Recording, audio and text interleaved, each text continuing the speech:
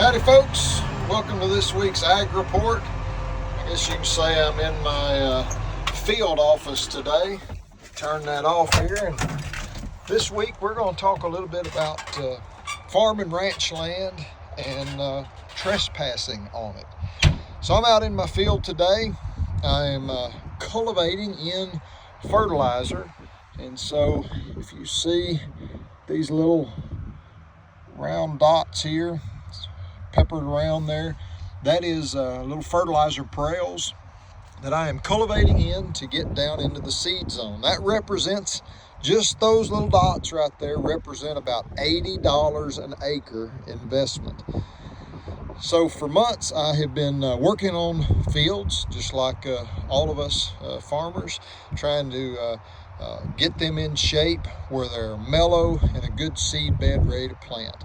That takes time, it takes energy, plowing, getting some rainfall, letting it rest, getting back in there before it rains again, all of those kind of things. We do our very best to get these things, straight, tight, and pretty, ready to plant. As you can see, there is a highway there in the background, and then, as you can see, they've built houses right up to the edge of the field here. So I want to talk a little bit about that. So over the years, we have all had uninvited guests in our fields.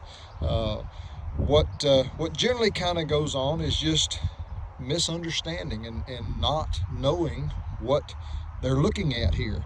So you're looking at a field, when I get this planted in a couple of days, there's going to be easily $300 an acre invested out here.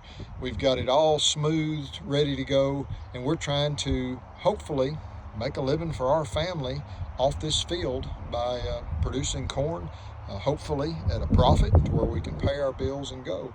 Well, a lot of times what goes on is folks, they kind of move in. Maybe they've got some young kids, maybe they don't, maybe they're adults, and maybe they've got a deer lease somewhere or something like that. And they're like, you know what, it would be really fun to have a four-wheeler or an ATV or a UTV or a Jeep or anything like that to play with on the deer lease. And so maybe they get one, and then they're like, well, you know what, we're not going to make it out to the deer lease to go play with that thing, and they've got a new toy or whatever.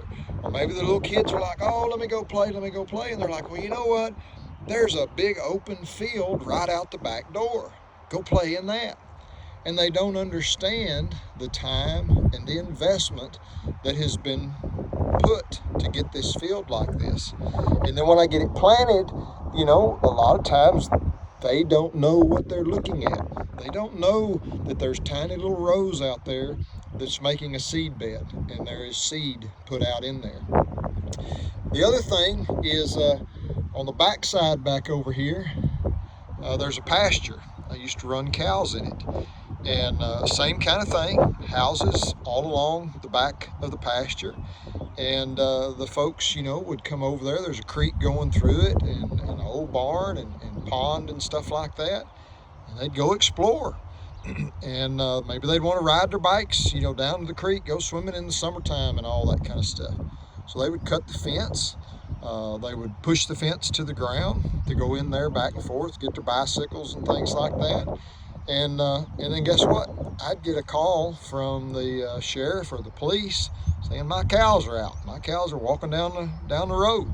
And I'd go and I'd find that fence. So I finally had to just stop putting cows on that place because it was a losing battle. I could not keep them in because I couldn't keep the public out.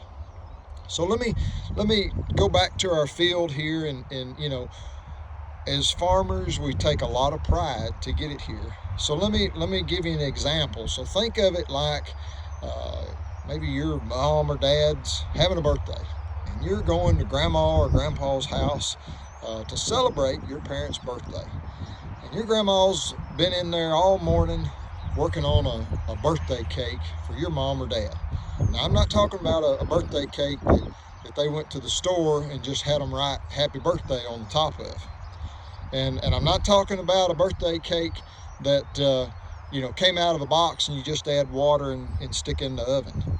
I'm talking about she's sifted the flour, she went outside and got the eggs out of the chicken coop, and she's putting this thing together. That's what we've been doing. We've been trying to put this field together in shape to plant. And so your grandma's got that thing all fixed up.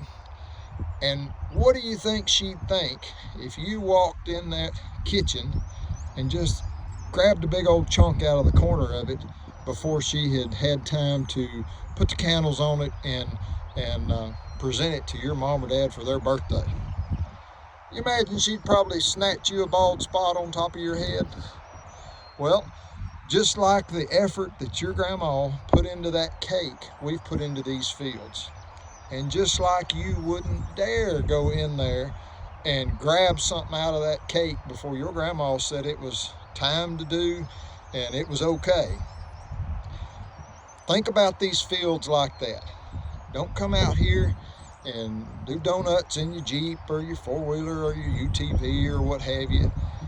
Most importantly, if it's not your land, then don't come on it unless you have express permission from that owner that it's okay to come out there and you're not going to hurt anything. As long as we keep all that in mind, just like you wouldn't want us, you wouldn't want me to drive my tractor right over there in your front yard unless you asked me to come over there and I had your permission to drive in your front yard. Well, think of this field as my front yard. And so before you drive off through it, be sure that you ask permission to come out there. And that goes for ranchers as well.